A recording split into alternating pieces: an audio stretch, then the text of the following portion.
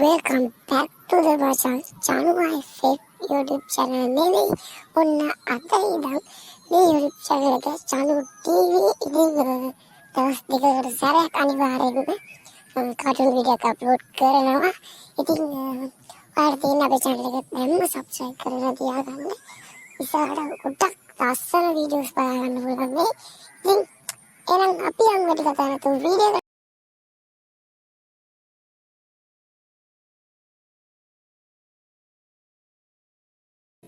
එන්න ජනකයා කවදාවත් hina වෙලා කතා කරන මිනිසෙක් නන් නෙවෙයි හොඳේ. ඒක තමයි බං මටත් හිතා ගන්න බැරි. මොකක් හරි පෝරියල් එකක්ද දන්නේ? හොඳ පුතාලා දෙන්න ආවද ඉස්සරහට? ටීචර් ටීචර් ඒ මොකෙද්ද බං ඒ? සෝරි ටීචර් මේ අපි දෙන්න වැරද්දක් කරේ නෑනේ ටීචර්. දැන් මං උඹලට කිව්වද උඹලා වැරද්දක් කරා කියලා? නෑනේ. ඔව් කිව්වේ නේ. එහෙනම් දැන් ආගනිල්ලා. තොපි දෙන්න කරොත් කරන්නේ මගෝඩි වැඩ. අකෝ කවුද කියාපන් සඳුනිගේ බෑග් එකට අර තඩි ගෙම්බ දැම්මේ? ඒ විතරක් නම් කමක් නෑ. අර අහිංසකම කෙල්ල හිරුනි. ඒකගේ බෑග් එකට වේලිච්ච ගෝනුස්සෙක් ගෙනත් දාලා. හැබෑටම ටීචර්. ඕව කවුද කරන්නේ? වෙන කවුද? තොපි දෙන්න කරන්නේ. තොපි දෙන්න. උඹලා පැහුණා මදි. මාව රවට්ටන්න. මේ සුමිත්‍රා මල්කාන්ති කියන්නේ එහෙම ඔය හුන්ජන් කොල්ලොන්ට අහුවෙන જાතිය මිස් කෙනෙක් නෙවෙයි. ටීචර් කෙනෙක් නෙවෙයි. ඒක හොඳට මතක තියාගනින්න. අද මම උඹලට දෙන්නේ රජගහේ දඬුවමක්. ඉතින් ටීචර් හරියටම කොහොමද කියන්නේ අපි දැම්මේ කියලා? ඕක වෙන කවුරුත් දැම්ම වෙන්න බෑයිද? අපිව තමයි හැමදේටම අල්ලගන්නේ. උඹලා දෙන්න දන්නේ නැහැ ගෙම්බුවල්ලුවේ කවුද කියලා. හැබැයි මුළු ඉස්කෝලෙම දන්නවා ගෙම්බුවල්ලුවේ කවුද කියලා.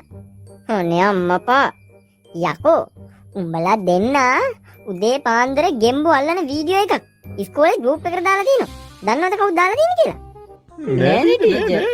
තොපි දෙන්න උදේ ගෙම්බු අල්ලන්න ඉද්දි විනයාචාර්ය බන්දුල ගුණසිංහ සර් දැකලා තිනවා. ඒ මනුස්සයා තමයි වීඩියෝ කරලා දාලා තියෙන්නේ ඉස්කෝලේ ගෲප් එකට. බඩුම තමයි. මේ පාර හෝටලේ නමවත් බලා ගන්න වෙන එකක් නෑ පුතෝ. හොඳ රජ කෑමක් වගේ. මොකේ කරන්නේ කමු. දැන් තමයි දඬුවම් පටන් ගන්න. කො දෙන්න මූණට මූණ බලාගනින්න. ලැජ්ජයිනේ ටීචර්. බලන්න. මෙතන මාතර උරතල වෙන්න. බලන්න. හරි. දැන් දෙන්න මාරුවට. කනේ පාරවල් ගහ ගන්න ඕන ගණන් කරගෙන. කනේ පාරවල් 100ක්. එතකොට එකෙක්ට 100යි දෙන්නට කනේ පාරවල් 200යි. හැබැයි දෙන්න අඩුවට මාරුවට බෙදාගෙන ගහගත්තොත් කනේ පාරවල් එක්කෙනෙක්ට 200 ගානේ වැඩි වෙන්න පුළුවන්. ඒ හින්දා Tamanට සාධාරණ ප්‍රමාණයෙන් කනට ගහලා අනිත් එකාගේ ඊටවත්කම රැකගන්නේ නැතුව වැඩේ කරගනින්න. ගොඩින් බේරගන්න කැමති නම් 1 2 3 ජනක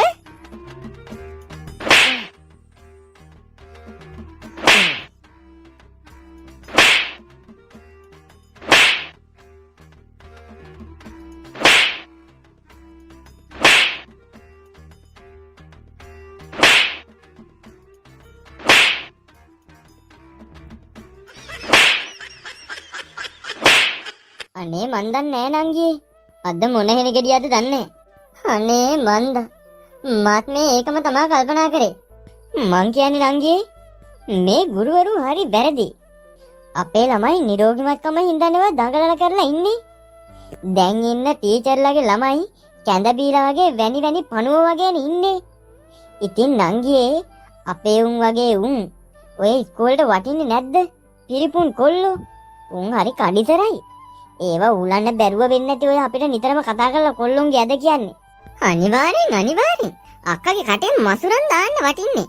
අපේ උන් කැඳ බීලා වගේ ඉන්නේ නෑනේ. උන් ඉතින් යක්කු වගේ නටනවා. මගේ වාච්චා.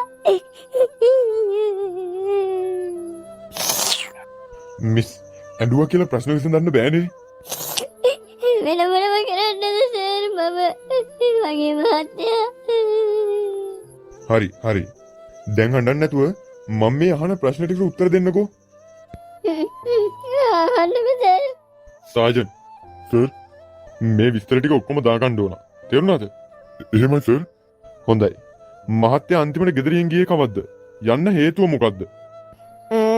පෙරේද උදේ තමයි මහත්තයා අන්තිමට ගෙදරින් ගියේ. යන්න හේතුව වැඩට තමයි ගියේ. හැබැයි කිසිම වෙනසක් පෙන්වුවේ නෑ මහත්තයා. වෙනදා වගේ මගේ ඔළුවට කිස්සෙක්ව දීලා ගියේ. හොඳයි. මහත්තයා ගැන සම්පූර්ණ විස්තරයක් අපිට දෙන්න. නම, ගම, එයා ජීවත් වුණු පළාත, සාමාන්‍ය එයා යන්න කැමති තැන්, කරන කියන දේවල්, ගොඩාක් වෙලාවට ගැවසෙන තැන්, ඒ වගේ සම්පූර්ණ විස්තරයක් අපිට ඕන. හරි. දැන් අපි කතා කරමු. ඔය පුටියෙන් වාඩි වෙන්නකෝ. මහත්තයා. අපේ මේ මකුළුවා නම් මගේ ජම්මාන්තික වෛරක්කාරයෙක්. පන්නන්න ඇවිල්ලා මගේ පිටියේම බඳිනවනේ මුගේ දැල. අම්මේ!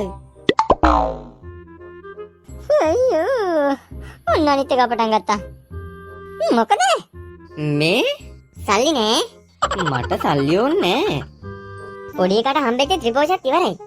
ඒ නිසා ත්‍රිපෝෂත් නෑ. මට ත්‍රිපෝෂ ඕනෙත් නෑ. එහෙනම් මොනවද ඕන? මුතු බණ්ඩ කිරියත්තලයි අක්කා නේදර කෑ ගහන වැහෙන්නේ. මොකද දන්නේ? ඔය ඈනිතින් කෑ ගහන වැරෙන්න වෙන මොනවද